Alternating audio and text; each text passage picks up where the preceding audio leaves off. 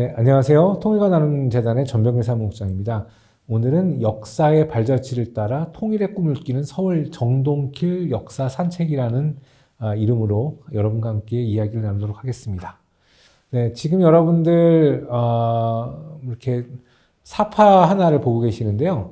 둥그런 원에 여러 건물들이 있습니다. 근데 건물들을 보시면 우리나라 근현대사에 나름대로 의미 있었던 일들이 벌어졌던 그런 공간들입니다. 덕수궁도 보이고요. 그 다음에 뭐 서울의 정동교회도 보이고, 그 다음에 지금의 서울시의회도 보이고요. 여러 건물들이 보입니다. 이 건물들에는 어떤 역사적인 의미가 있었을까요? 그리고 어떤 일이 있었고요. 그게 통일의 문제, 또 우리 분단의 문제, 그 다음에 평화의 문제랑 또 어떤 연관이 있을까요? 오늘은 그 이야기를 한번 해보도록 하겠습니다. 자, 여러분들 지금 지도 하나를 보이시게 될 텐데요. 여기가 바로 서울의 정동 일대입니다. 가장 크게 보이시는 부분이 이제 덕수궁이거든요. 근데 이 바로 덕수궁 일대가 바로 우리가 흔히 부르는 서울 정동입니다. 정동 많이 이야기를 할 겁니다. 왜 정동인지. 오늘 그거를 같이 한번 여러분하고 이 또 사진과 또 이야기들을 들려드리면서 한번 같이 보도록 하겠습니다. 오늘 같이 여러분들하고 짧게나마 이 온라인으로 보게 될 서울 정동 일대라고 보시면 될 것 같습니다. 아까도 말씀드렸지만 덕수궁, 그 다음에 대한성공회 주교자 성당, 구세군, 그 다음에 옛 러시아 공사관터, 정동교회 배제학당, 또 이화학당, 이 서울 또 지금의 서울시의회 자리, 이 부근이 다 정동인데요. 여기서 우리 근현대사, 분단, 전쟁, 통일의 이야기가 바로 이 정동에서 우리가 몰랐던 사실, 하지만 벌어졌던 사실들이 이곳에 있습니다. 정동에 대해서 설명을 좀 드리게요. 이건 약간 좀 길어요. 정동은요, 1400년대 중반, 조선 성종임금의 형인 월산대군이 작은 궁, 형제 덕수궁입니다. 여기를 지으면서 시작되었고요. 17세기에 들어서 상당히 좀 부각이 됐습니다. 임진왜란 중에 경복궁과 창덕궁이 화재로 소실됐습니다. 선조임금은 덕수궁을 왕실의 거처이자 업무를 보는 곳으로 삼았고요. 1600년대 초 선조는 덕수궁 안에 2개의 궁을 증축합니다. 선조가 사망한 뒤에는 광해군이 경복궁을 재건하면서 덕수궁은 쇠퇴기를 걷다가 구한말에 이르러 다시 역사의 중심으로 부상하게 됩니다. 19세기 후반 조선은 외국과 교류하지 않는 쇄국 정책을 펴고 있었죠. 근데 1876년에 일본과 강화도 조약을 체결했습니다. 말은 우호 조약이지만 전형적인 불평등 조약이었죠. 일본이 첫 외교관을 파견했고 조선의 쇄국 정책은 막을 내렸습니다. 하지만 1880년대 이전까지만 해도 서울의 도성의 사대문안, 우리가 말하는 이제 남대문, 동대문 이런 그 서울 아닙니다. 이런 서대문안은 외국인이 거주가 허용되지 않았습니다. 조선에 파견된 첫 외국 공간이 일본 공사관이었는데요. 남대문이 바라다 보이는 성박, 지금의 남산자리에 위치하고 있었고요. 사대문 안으로 들어온 최초 외국 공간이 미국 공사관, 지금의 이제 그 미국 대사 관저죠. 그 자리가 최초의 외국 공간이었습니다. 그리고 1882년에 조선과 미국이 수교를 하면서 미국은 정동에 공사관을 열었습니다. 그래서 이후에 외국 공사관이 덕수궁처 정동에 들어오기 시작을 했죠.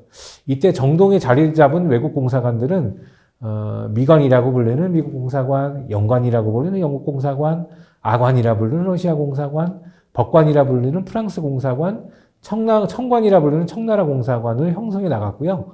조선을 둘러싼 열강들의 외교 중심지로 변모했습니다. 공사관 거리에 있던 외국 공관들은 자국의 이해관계에 따라서 서로 때로는 협력했고요. 또 때로는 경쟁했고, 동아시아의 변방이었던 조선에서 본국 정부에 치열한 대리전을 치렀습니다. 자, 외국 공간에 들어오면서 개신교 선교사들도 정동으로 모여들었거든요. 그래서 정동거리에는 1886년에 감리교 선교사들이 왕실의 후원 아래 배제학당을 세웠고요. 지금의 배제중고등학교, 배제대학교의 전신입니다. 그리고 또 다른 감리교 선교사님들이 정동거리에 여학생들을 위한 이화학당을 세웠습니다. 또 한국의 개신교 선교의 양대축이었던 아펜젤라 언더우드 선교사는 요 정동 부근에서 거주하면서 정동교회하고 세문안교회를 세웠습니다. 이 밖에 정동거리에는요, 중국인 약체상, 외국인들을 위한 양복점, 러시아 대사의 처형인 손탁 부인이 운영한 손탁 호텔, 그 다음에 또 한국 최초의 브랜드인 부채표 가스 활명수로 유명한 활명수가 바로 정동 인근에서 태어났습니다. 한마디로 정동은 19세기 후반과 20세기 초반에 근현대사의 절망과 희망이 압축된 공간이었습니다. 청일전쟁과 을미사변을 비롯한 일제의 무자비한 무력 시위가 이어지는 가운데 아관파천이라는 비극적 장면이 이곳에서 연출되었고요. 일제가 이른바 을사늑역 체결을 겁박하고 나선 현장 또한 정동이었습니다. 하지만 절망 속에서 희망의 싹은 피어났습니다. 정동을 중심으로 서양 문물이 전파되었고요. 신식교육이 시작되었고 조선민족을 깨우치고자 했던 선교사들의 활동이 이루어진 곳이 정동입니다. 또한 진정한 대한독립의 꿈을 꾼 이들도 정동으로 모여들었습니다. 그리고 사회주의 혁명을 꿈꾸는 이들이 정동을 배회하기도 했고요. 냉엄한 국제질서 속에서 극심한 이념 갈등이 벌어지기도 했습니다. 또한 정동은 분단과 전쟁의 아픔을 그대로 간직하고 있고요. 민주화에 대한 열기가 뿜어져 나오는 공간이었습니다. 그리고 통일 노래인 우리의 소원이 처음 불러진 곳도 바로 정동이었습니다. 그래서 제가 지금 일하고 있는 통일관나눔에서는요, 손님들이 오시면 이 정동을 같이 걸으면서 이렇게 역사 탐방을 같이 합니다. 그래서 방금 전에 제가 쭉 설명을 했듯이 이 정동에서 일어났던 일들을 쭉 설명을 하거든요. 지금 보시면 그 조선일보 미술관, 그 다음에 서울 성공회 성당, 서울시의회, 그 다음에 덕수궁 석조정, 그 다음에 정동제일교회, 배제학당 역사박물관, 그 다음에 중명전, 이화여고 심슨 박물관, 그 다음에 옛 러시아 공사관, 이렇게 쭉 돕니다. 그래서 오늘은요, 이 역사적인 장소들을 제가 설명을 해드리는 시간을 갖도록 하겠습니다. 그 서울 세종대로 사거리에 딱 가시면요, 도로 원표가 있습니다. 도로 원표. 예, 영어로는 제로 마일스톤이라고 하거든요. 이거는 우리나라 도로가 바로 여기서부터 시작이 된다는 겁니다. 예, 도로가 각 나라마다 도로의 중심지가 있습니다. 미국에는 워싱턴에 있고요, 영국은 런던에 있고요, 북한에는 평양에 있습니다. 그래서 서울에는요, 이 광화문 일대에 바로 도로 원표가 있습니다. 여기를 중심으로 쫙 동서남북의 도로가 나눠집니다. 그래서 이 지역을 사방진이라고 부르고 합니다. 그리고 그 도로 그 원표를 지나서 쭉 올라가면 조선일보 편집국 사옥이 나옵니다. 예, 지금 우리나라에서 가장 영향력 있는 신문사가 바로 조선일보죠. 이 조선일보는요, 지금 한 100년 됐습니다. 1920년에 창간했으니까 벌써 103년 정도 됐는데, 일제시대 때는 우리나라 민족주의 인사들이 이 조선일보를 경영하기도 했습니다. 우리가 흔히 알고 있는 월남 이상제 선생님, 1850년부터 27년까지 한 77세, 당시로서는 상당히 이렇게 장수를 하셨던 분이신데요. 이분은 일제에 맞서 독립운동을 이끌으셨던 분이고요. 민족의 홍운을 일깨웠던 시대의 스승입니다. 그래서 또 교육자기도 하셨고요. 그리고 상당히 많은 영향력을 끼치셨습니다. 그래서 YMCA 운동도 실질적으로 주도하셨고, 그 다음에 상당히 많은 민족교육을 또 많이 하셨고, 상당히 많은 그런 민족주의자들의 존경을 받았고, 많은 학생들과 시민들의 존경을 받았습니다. 이분이 1920년대 중반에 또 조선일보 사장을 역임하셔서 상당히 많은 어떤 일제 하에 신문을 발행하고, 그 다음에 다양한 논조를 펼치는 데 있어서 역할을 하셨던 분이 바로 월남 이상제 선생님이십니다. 이분의 대표적인 업적 중에 하나가 좌우 합작운동인 신간회를 창립하신 거예요. 여러분, 신간회, 국사시간에 좀 많이 들어보셨죠? 신간회는요, 좌우 합작을 위해서 만든 운동입니다. 우리나라가 좌우가 갈리기 시작한 건요, 1920년대 들어서입니다. 1917년에 러시아에서 공산혁명이 처음 일어났고요. 그 뒤에 전 세계의 어떤 공산주의자 사회자들이 그 공산혁명에 대한 로망을 갖게 됩니다. 그러니까 우리나라도 1920년대가 넘어가면서 해외에 거주하는 우리 교포들이 중국 상하이나 소련의 이르크츠 같은 데서 나름대로 공산당을 만들어요.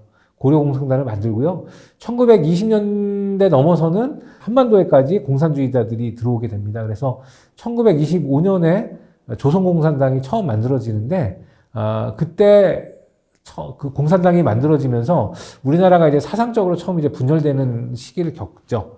그때 이제 민족주의자들하고 그 다음에 사회주의 성향을 갖고 있는 사람들이 막 갈등을 하게 돼요.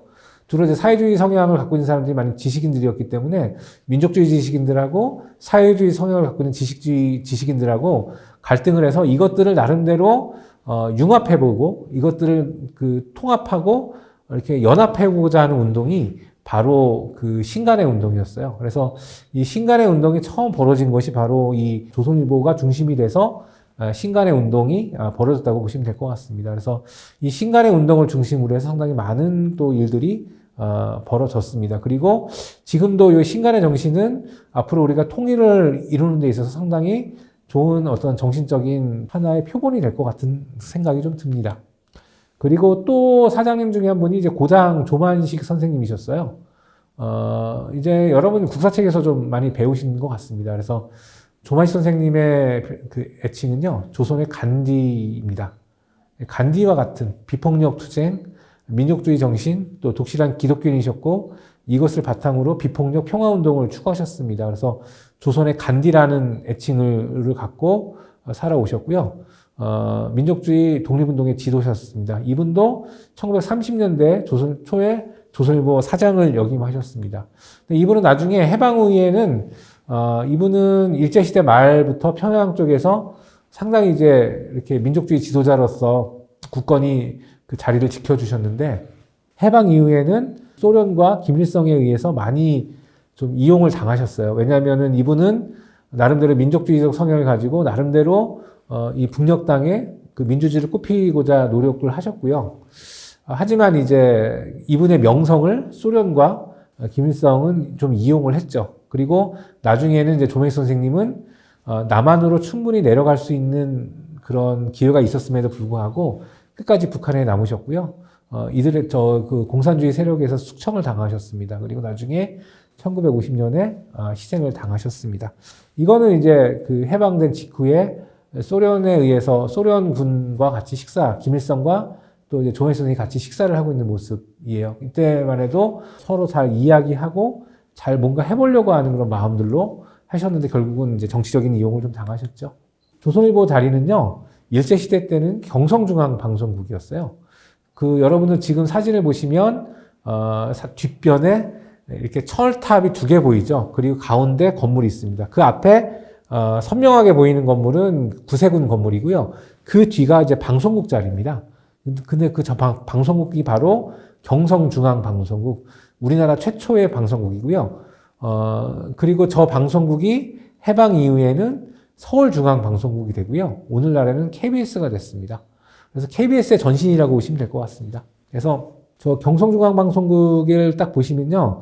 저기서는 일제시대 때 유일한 방송을 만드는 공간이었고, 해방 이후에서도 서울에 있는 유일한 방송국이었어요. 그래서 여기서 그 타는 전파가 우리나라 전국 곳곳에 울려 퍼졌거든요. 그래서 사실상 정보를 만들고 그걸 전파하는 기능을 바로 경성중앙방송국이 했습니다. 근데 이 경성중앙방송은요, 어린이 프로가 있었어요. 봉선화의 시간이라는 어린이 시간이 있었는데, 어린이 합창단이 매주 여러 차례 그 방송에 출연을 하여서 같이 노래도 부르고 동요를 알려주는 프로그램이 있었습니다. 근데 그 합창단의 봉선화의 시간을 담당했던 합창단 이름이 봉선화 합창단이거든요. 근데 거기에 그 지휘자였던 안병원 선생님께서 1947년 그 28주년 3.1절을 기념해서 어린이 노래극 작사를 만들어 달라는 요청을 받습니다. 그래서 고민을 하다가 아버지인 안석주 선생과 같이 노래를 만들어요. 당시는 그 3.1절을 기념을 해서 진정한 그 독립을 염원하는 노래를 만들자고 해서 만드는데 그때 고민 끝에 만들었던 노래가 바로 우리의 소원이라는 노래예요. 당시는 지금 우리가 우리의 소원 통일로 부르고 있잖아요. 당시는 우리의 소원 독립이라고 불렀습니다. 그래서 우리의 소원은 독립, 꿈에도 소원은 독립, 이정성 다해서 독립을 이루자 이런 가사로 됐는데 이 노래가 바로 1947년 3월 1일 날 방금 전에 말씀드렸던 서울중앙방송국, 지금 조선일보 편집국 자리에서 처음 울려 퍼졌습니다.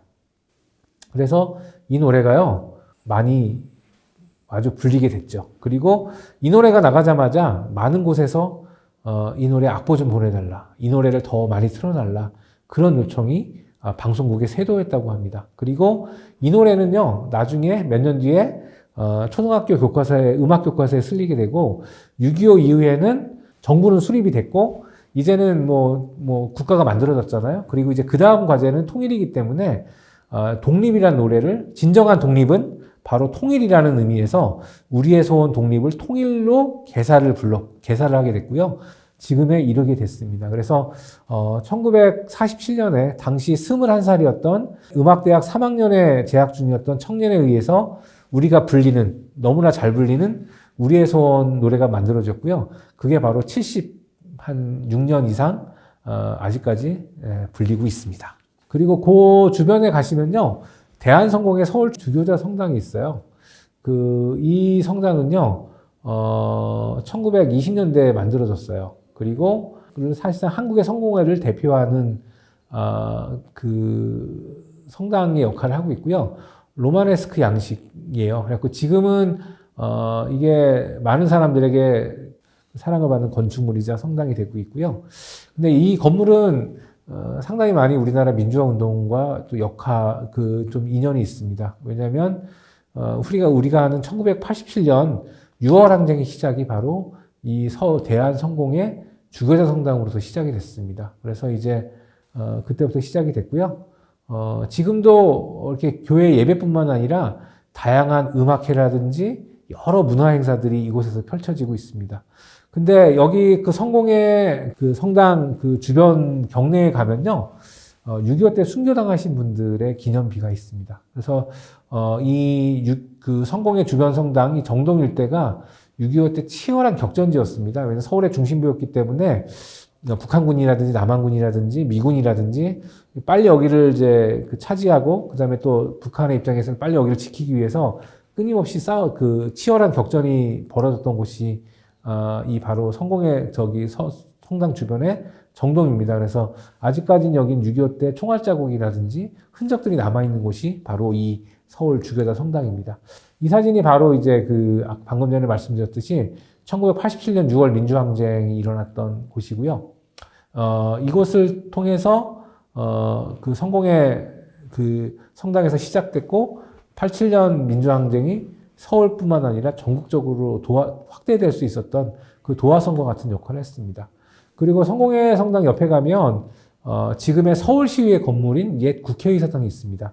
원래는 일제시대 때 이제 부민관이라는 건물로 사용이 됐었습니다. 그래서 부민관은 일제시대 때 가장 컸던 문화 공연장이었거든요. 그래서 당시에는 최신식 공연장이었는데, 이것이 해방 이후에 나 6.25 직전에 국립극장으로 좀 사용되다가 나중에는 여기가 이제 서울시 의회가 됐죠.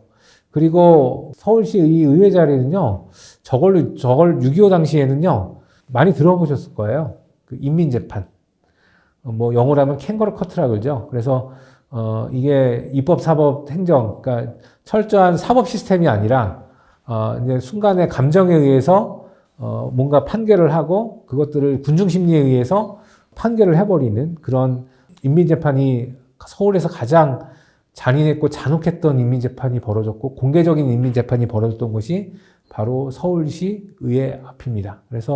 그리고 이 서울시 의회 앞에 이 공간은요, 1960년 4월에 또 민주혁명이, 흔히 우리가 이제 4.19 민주혁명이라고 그러죠. 4월 민주혁명이 베이스가 아주 기초가 됐던 곳이 바로 이 서울시 의회 자리라고 보시면 될 것 같습니다.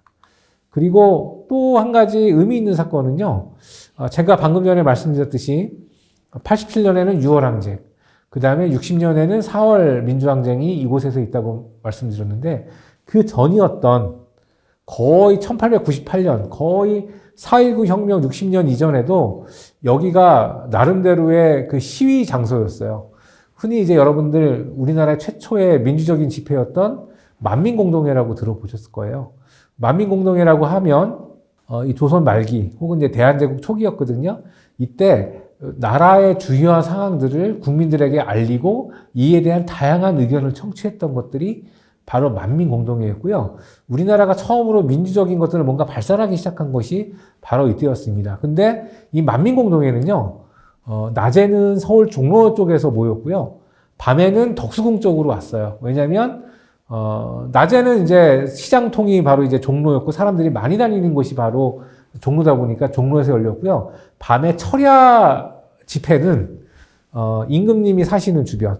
그러니까 이제 당시에 고종 황제는 덕수궁에 있지 않았습니까? 그래서 덕수궁 주변에서 만민공동회를 했어요. 근데 1960년에 4월 민주혁명도 그렇고 87년에 6월 항쟁도 그렇고 그 다음에 1898년에 만민공동회도 그렇고 다 덕수궁과 이 세종대로 사거리 그 주변에서 일어났어요. 그래서 지금 이렇게 시간을 되돌려 보면 이곳은 우리나라 사람들이 뭔가 자신의 정치적 의사라든지 뭔가 이제 부당함과 부정의에 대해서 뭔가 투쟁하고 뭔가 하는 그런 장소로서 이곳이 좀 인식되었던 거라고 좀 생각이 됩니다.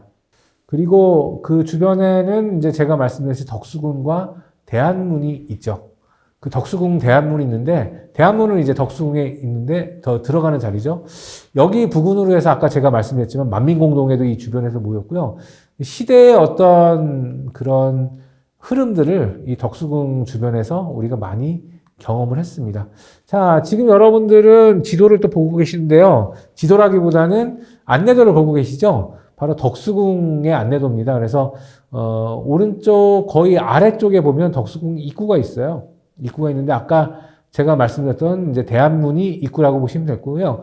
덕수궁 쭉 들어가시게 되면 중화전이 나옵니다. 옛날에 저기 그 경내에서 임금님이 이제 각종 신하들과 함께 뭐 조회를 하거나 경연을 베풀던 곳이 저 경내고요. 그 다음에 더 위에 가면 근대식 건물이 보이죠? 저희가 바로 이제 석조전 일대라고 보시면 될 것 같습니다. 저는 지금 이제 여러분과 덕수궁 석조전 일대를 이야기하겠습니다. 바로 이 건물이 지금은 이제 대한제국 박물관으로 쓰이고 있는데요. 고종 임금이 1897년에 대한제국을 선포한 다음에 곧바로 착수한 것 중에 하나가 대한제국을 기념하는 건물을 짓게 됩니다. 그게 바로 지금의 석조전의 건물이죠. 근데 대한제국 때는 저 건물이 미처 다 지어지지 못했고요. 고종 임금도 저기서 황제로서 통치는 하지 못했어요. 나중에 이제 저거 지어진 다음에 이제 별도로 이제 그걸 하게 되죠.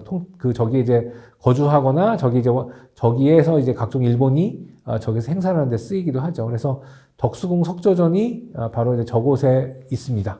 한번 여러분들 많이 보셨으니까 가보시면 될 것 같습니다. 근데 방금 전에 이 석조는 비교적 최근의 모습이고요.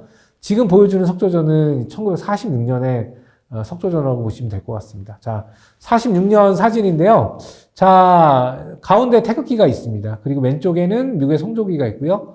오른쪽에는 지금은 없어진, 지금 러시아가 됐으니까 소련의 붉은기가 있습니다. 그래서 이 삼국의 깃발이 휘날렸습니다. 이때가 뭐냐면 미소 공동위원회를 할 때입니다. 미소 공동위원회는요, 미국하고 소련이 이제 해방 이후에 한반도를 분할 통치하지 않았습니까? 그래서 미소 공동회의는 이 한반도 문제를 어떻게 처리할 것인가에 대해서 모인 게 바로 미소 공동회의입니다. 그래서 1946년하고 47년 두 차례 열렸는데 사실상 결론은 내리지 못했어요. 한반도를 어떻게 할 건지. 이게 결렬된 다음에 남북한 모두 독자적인 정부 수립의 길로 가게 됩니다. 그래서 그것이 열렸던 것이 바로 덕수궁 석조궁인데요. 그때 이제 이게 미소가 잘 이 문제를 해결할 거라는 기대를 가지고 우리나라 좌익은 좌익대로, 우익은 우익대로 각각 그 인파들이 나름대로 기대감을 표출을 했는데 결과적으로는 이루어진 건 없습니다. 근데 여기 사진 보시면 그 성조기하고 소련 깃발이 있고 근데 가운데 태극기가 있어요. 근데 북한 깃발은 왜 없을까요? 당시는 북한의 정권이 수립되기 전이었고요. 45년부터 48년까지 남한과 북한은요, 태극기를 같이 썼어요. 남한도 태극기를 사용하고 북한도 태극기를 사용해서 1948년 북한 정권 수립 이전에 북한의 자료화면들 보면요, 다 태극기가 있어요. 그래서 그때는 미국과 소련에서 분단은 되었지만 남한하고 북한은 태극기를 같이 그나마 그때는 같이 사용할 때였어요. 근데 미소공동위원회가 결렬이 되고 남한과 북한이 각기 독자적인 정부를 세우면서 남한은 계속 태극기를 사용하지만 북한은 태극기를 이제 접어두고 공화국기, 우리가 흔히 말하는 인공기를 사용하기 시작했죠. 이때 사진이 바로 그 미소공동위원회 때 사진이에요. 그 미국의 하지 중장하고 소련의 이제 스티코프 중장이죠. 예, 그렇게 해서 그 미소공동위원회가 막을 내렸고요. 그 다음에 그 석조전 건물은요, 나중에 요 이제 미소공동회의 결렬이 된 다음에 그 유엔에 한국 정부를 지원하기 위한 유엔 한국위원회 사람들이 그 유엔 대표단으로 와서 그 석조전을 사무실로 해서 상주하면서 대한민국 정부 수립을 도와주게 되죠. 그래서 대한민국이라는 정부를 만들기 위해서 다양한 시스템을 만들어줬던 게 바로 유엔 한국위원회인데 그 한국위원회 사무실이 상주했던 곳이 바로 덕수궁 석조전입니다. 그리고 그 덕수궁을 나오면요, 그 주변에 교회가 하나 있습니다. 흔히 말하는 이제 우리 정동교회인데요. 우리나라 최초의 감리교회예요. 근데 이 감리교회는요, 아펜젤러 선교사에 의해서 만들어졌고요. 요거는 이제 정동교회의 배달 예배당이라고 지금도 원형 그대로 남아 있습니다. 아펜젤러 선교사가 만들었고요. 우리나라 최초의 감리교회로 해서 만들어졌습니다. 근데 여기가 아주 독특하면서 유심 있게 봐야 될 것들은요. 3.1 독립운동의 또 한 역할을 담당했습니다. 3.1 독립운동 하면 우리는 이제 3.1 독립선언서를 많이 기억을 하잖아요. 3.1 독립선언서를 독립선언서가 인쇄된 다음에 몰래 보관됐던 곳이 바로 정동 제1교회였고요. 그 다음에 민족대표 33인이 있잖아요. 근데 민족대표 33인 중에 2명이 이 정동교회의 신도들이었습니다. 그리고 이 교회는 많은 사람들이 배출됐는데요. 그 대표적으로 손정도 목사라는 사람이 배출이 됐습니다. 이분은 이 교회 신도는 아니었고 1915년부터 1918년 3.1운동 직전까지 이분이 그 정동교회를 담임했고요.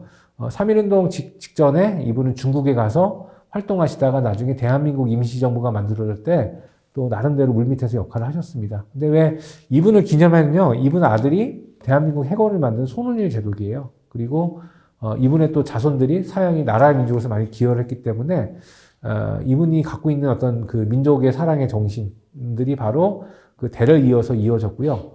그 다음에 북한에서도 이분이 나름대로 그 평양 또 북한 출신이고 하고, 그 다음에 김일성이 학생 시절에 여러 가지 이렇게 김일성을 좀 돌봐줬습니다. 감옥에 갇혀있는 김일성한테 나름대로 좀 사랑으로 돌봐줬던 그런 것도 있고 있어서 그 북한 그 세기와 더불어라는 그 김일성이 지은 책 보면 생명의 은인이라고 이것도 언급을 하고 있습니다. 그래서 이분이 이제 김일성을 도울 때는 김일성은 본격적인 공산주의자나 사회주의자는 아니었고요.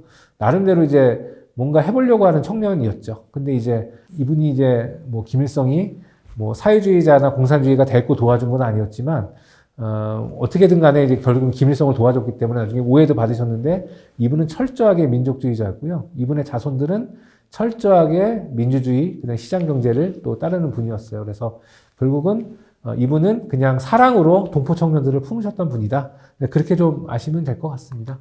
그 다음에 이제 배제학당이 있습니다. 이거는 또 그 아펜젤러가 세웠던 그 교육기관 중에 배제학당이 있는데 우리나라 최초의 근대교육시설이었고요. 민주주의 교육의 산실이었습니다. 이게 이제 일제시대 때 배제학당의 모습입니다. 그리고 이 배제학당의 인사로는 서재필 선생님이 있습니다. 그래서 서재필 선생님은 19세기 후반에 예전에 이제 갑신정변에 연루됐다가 미국으로 갔다가 다시 한국에 돌아올 때는 미국 시민권자로 왔습니다. 그래서 이분은 그 배제학당의 영어 교사를 하면서 많은 젊은 학생들을 키우셨고요. 그 다음에 이승만 대통령도 바로 이제 배제학당 출신입니다. 그리고 주시경 선생, 그 우리나라 한글의 기초를 놓으셨던 주시경 선생도 배제학당 출신이고요. 근데 재밌는 건 그 이승만 대통령하고 주시경 선생하고 나이가 1살 정도밖에 차이가 안 나요. 사실상 거의 같은 시기에 우리나라 초대 대통령하고 그 한글의 현대화를 아주 구축한 우리 주시경 선생이 사실상 같은 학교에 비슷한 시기에 다니셨다고 보면 될 것 같습니다. 네.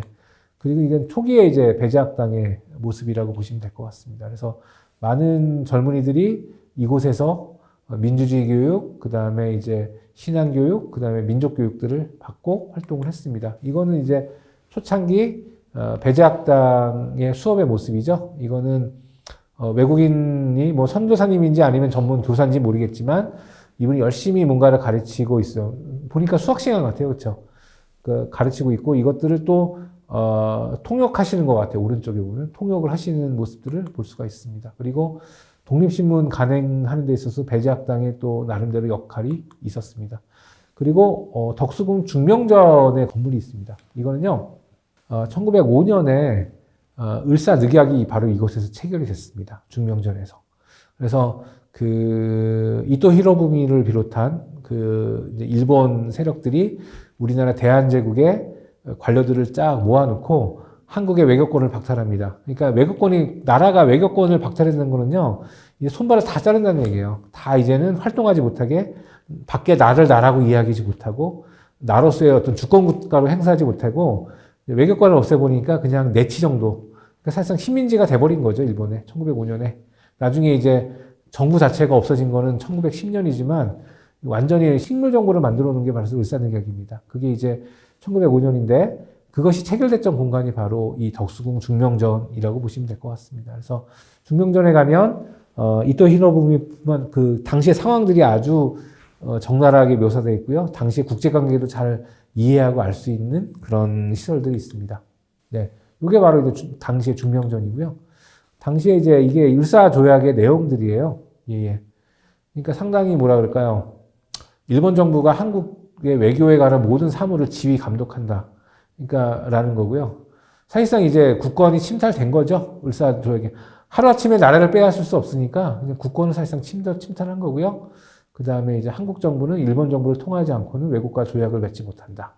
그 다음에 일본 정부는 외교에 관한 일을 관리하는 한 명의 통감에 한국 황제 밑에 두는데 언제든지 황제를 만날 권리가 있다. 그 다음에 일본과 한국 사이에 맺은 조약은 이 조약과 다르지 않은 한 효력이 있다. 그래서 일단은 사실상 우리나라의 외교권을 박탈하면서 한국을 일본 아래 이제 두는 그런 것들을 문서화한 게 바로 을사조약이라고 보시면 될 것 같고요. 당시에 이것을 이제 항의하려고 해외에 밀사를 보내죠, 고종황제가. 그래서 당시에 이준, 이상솔, 이휘종 이 세 분의 밀사를 다룬 그 외국 신문, 그쪽 해외에서 발행한 신문이 이거 그대로 있고요. 그 다음에 그 옆에 중명전 옆에 가면 언더우드 사택 자리가 있어요. 그 당시에 이제 호레스 언더우드 선교사가 그 아펜젤러 선교사와 같이 들어왔는데 당시에 그 서로 마주하고 있으면서 교회도 하고 교육 활동도 같이 했어요. 그래서 언더우드 배경은요 사실 부잣집 아들이었어요. 지금은 컴퓨터가 가장 최첨단 기계인데 언더우드가 한국에 왔었던 19세기 후반에 가장 최첨단 기계는 타자기였어요. 근데 타자기 브랜드 중에 언더우드라는 브랜드가 있는데 이것이 언더우드 집안 브랜드였어요. 그래서 이미 언더우드는요 한국에 올 때 타자기를 갖고 들어왔어요. 그래서 상당히 많은 문서를 만들어서 우리나라 문서산업, 출판산업 발전에 기여를 한 게 바로 언더우드라고 보시면 될 것 같습니다. 그래서 부잣집 아들이 이제 나름대로 한국을 위해 살려고 그 이제 타자기를 들고 한국에 왔죠. 그래서 당시에 이거는 지금 나와 있는 건요, 서울 그 20세기 초반 서울 정동의 공상한 거리예요. 그래서 정동 일대에 미국을 비롯한 영국을 비롯한 프랑스, 러시아 등 다양한 공사관들이 이곳에 있었어요. 그래서 고종임금이 여기에 있었던 이유는 바로 주변에 공사관이 있기 때문에 일본이 경복궁에 있으면 경복궁은 어느 정도 약간 고립되어 있는데 그 덕수궁 일대는 여기에 공사관이 많아서 비교적 안전하다고 생각을 하셨던 것 같아요. 그래서 그 이전에 아간파천도 있었지만 아간파천을 끝내고 곧바로 경복궁에 간 것이 아니라 이거 덕수궁에 오셔서 나름대로의 그 외국 공사관의 그런 부근에서 안전함을 느끼면서 나름대로 이제 그 훗날을 좀 도모하셨던 것 같아요. 근데 아쉽게도 나라가 이제 일본에 넘어가게 되죠. 근데 정동 일대는 이 당시에는 공사관 거리, 그 다음에 여기에 뭐 외국인 교회라든지 아니면은 다양한 교육시설이라든지 여러 가지가 있었기 때문에 늘 그 외국인들과 그 다음에 우리나라 그 이제 서양 문물에 깨어있던 개화파 인사들로 여기는 늘 북적였다고 하더라고요.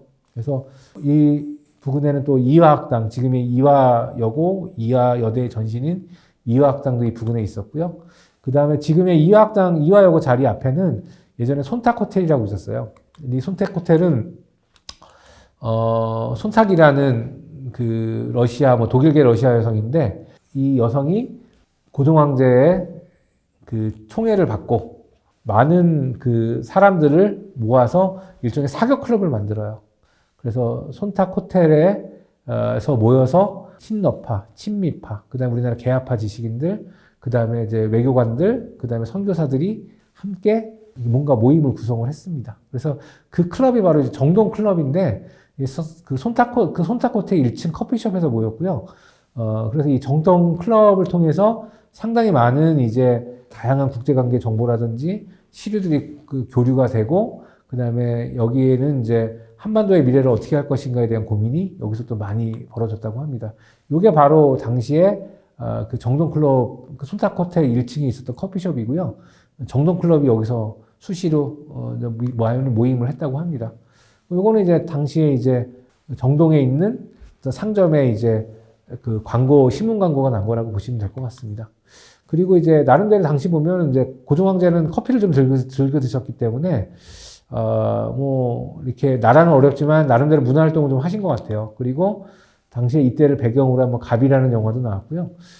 요거는 왜 보여드리냐면 1895년에 을미사변이 납니다. 이 을미사변을 통해서 우리나라의 명성황후가 시해를 당하죠. 민비 명성황후가 시해를 당하는데 그 시해를 당한 다음에 고종이 아주 두려움에 떨어요. 그때 그 결행했던 게 뭐냐면 자신의 몸을 이제 러시아 대사관에 공사관에 숨겨요. 우리가 말하는 이제 아간 파천이 바로 그때 벌어진 사건이라고 보시면 될 것 같습니다. 그래서 아간 파천이 벌어지고요. 그다음에 이때가 지금은 요 탑만 다 간신히 남아 있는데 당시에는 이 정동 언덕에 러시아 공사관이 웅장하게 서 있었어요. 이유는 간단합니다. 이유는 간단해요. 러시아 입장에서 보면은, 러시아 입장에서는 한반도가 전략적 요충지였기 때문에 계속 영향력을 확대해야 되기 때문에 아예 공사관 크게 짓고 이 공사관에서 상당히 영향력을 확대하려고 하는 노력들을 많이 했습니다. 근데 이거는 이제 1905년에 러일 전쟁에서 러시아가 패하면서 사실상 러시아는 그 역할을 한반도에서 역할은 사실상 이제 끝내게 되죠. 지금의 러시아 대사관은 바로 여기입니다. 근데 좀 자리가 달라요. 예전에 러시아 공사관은 지금 그대로 이제 이렇게 공원 형태로 남아 있고요. 지금은 이제 옛날 배제학당 운동장 자리로 옮겼어요. 그 이유는 간단합니다. 러시아가 이제 1905년에 러일 전쟁으로 패하면서 이제 한반도에 대한 어떤 그 영향력이 줄어들었고요. 1917년에 러시아에서 공산혁명이 나면서 당시에 제정 러시아의 그 이제 외교관들은 더 이상 외교관이 아니었어요. 근데 일본은 그 소련하고 수교를 맺기까지 한 8년 정도 시간이 걸렸거든요. 그 8년 동안은 그 제정 러시아 외교관이 있다가 이제 소련과 일본이 수교를 맺으면서 여기가 소련 영사관이 돼요. 그러다가 1945년에 해방이 되면서 그때도 계속 소련 영사관이 유지가 돼요. 그러다가 1949년에 대한민국 정부 수립에 의해서 강제로 이제 소련 대사관이 폐쇄가 됩니다. 그다음부터는 이 러시아 공사관 자리는 그냥 우리나라 사람들이 거주해요. 판자촌으로 거주하고 그냥 불법으로 거주하게 되죠. 그리고 사실상 이 땅을 우리나라가 그냥 자연스럽게 그냥 그때는 이제 소련과 우리나라는 적성국가였기 때문에 굳이 신경을 안 써요. 근데 문제가 언제 태어지냐면 1990년에 우리나라가 소련하고 수교를 하게 됩니다. 그래서 대사관을 어디다 질까 고민하게 될 때 소련 측에서 옛날 고종 황제하고 러시아 황제가 맺었던 그 외교문서를 딱 내놔요. 이 땅 문서죠. 근데 이미 우리나라는 여기를 공원으로 삼고 있고 줄 수가 없기 때문에 대체부지로 지금의 부지를 주게 돼요. 그러니까 어떻게 보면 이 러시아 공사관이 지금 자리에 옮기게 된 거는 어떻게 보면 시대의 어떤 걸 다 대변하죠. 러시아 그 공산혁명 때문에 제정 러시아가 망하고 그다음에 소련이 소련 영사관으로 쓰이다가 그것도 이제 나중에 소련 영사관이 우리나라가 폐쇄시켜버리고 또 우리나라가 쓰다가 다시 소련이 우리나라가 수교를 맺게 되니까 예전에 이제 고종 황제하고 러시아 황제하고 고종 임금하고 러시아 황제하고 맺었던 외교 문서를 통해서 그 땅을 달라 그러고 그러니까 나중에 또 다시는 또 러시아 대체부지를 찾아서 러시아 대사관이 가게 되고 그런 역사적인 배경을 갖고 있어서 이 러시아 대사관, 한국에 있는 러시아 대사관의 역사를 보게 되면 이게 이념과 그 다음에 또 국제관계와 여러 가지 문제들이 복합적으로 갖고 있는 것을 보게 됩니다. 자, 지금 여러분들은 저와 함께 서울 정동길 역사 산책을 봤습니다. 그래서 역사의 발자취, 그 다음에 또 그것 통일의 꿈을 꾸는 그런 정동길 산책을 하셨는데요. 짧은 시간이었습니다. 근데 사실상 그림으로 보시는 것보다 현장 가서 보시는 게 더 생동감이 있어요. 그래서 나중에 기회가 되시면 오늘 들으셨던 것들을 잘 참조해서 현장을 방문하셔서 또 역사의 그런 흐름, 그 다음에 역사의 뒤안길에서 또 새로운 역사를 또 발견하시면 좋을 것 같습니다. 네, 이상입니다. 감사합니다.